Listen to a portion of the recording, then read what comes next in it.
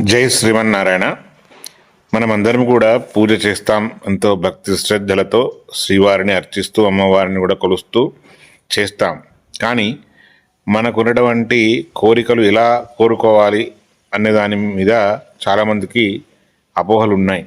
అయితే దీనికి విషయం ఏమిటంటే, ఇందులో ఒక రహస్యం ఏమిటంటే, మనం పూజ అయిన తర్వాత భగవంతుని కోరినటప్పుడు, స్వామి నాకు ఏం కావాలో నీకు తెలుసు, నాకు ఏదైతే ఉంటే అది నాకు మంచి జరుగుతుందో అది ఇవ్వు అని కోరుకోవాలి.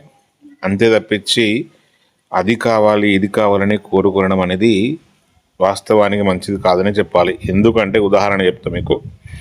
ఉదాహరణకు ఒక అమ్మాయో అబ్బాయి అనుకోండి, మనకి ఇష్ట వధువు కావాలి, ఇష్టవరుడు కావాలని, పలానా అమ్మాయి వాళ్ళ అబ్బాయి నాకు వాళ్ళతోటి వివాహం జరపాలని కోరుకుంటాం కదా. ఒకవేళ ఫ్యూచర్లో ఏమైనా మనస్పర్ధలు వస్తే, అందుకోసమే భగవంతుడు మనకి ఎవరైతే మన యొక్క మంచి బావు కోసము ఎవరైతే భాగస్వామి కావాలో వాళ్ళను ఇవ్వమని కోరుకోవాలి తప్ప పలానా అని కోరుకోవడం అనేది పద్ధతి కాదు.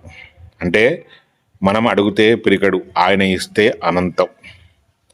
అది నిష్కామంగా కోరుకోండి. భగవంతుని మీద ఉన్నటువంటి ప్రేమతో ఆయన ఇస్తాడు నమ్మకంతో, స్వామి నన్ను అనుగ్రహించి నాకు ఏది మంచిదో అది ఇవ్వు అని చెప్పేసి కోరుకోండి. జై శ్రీమన్నారాయణ.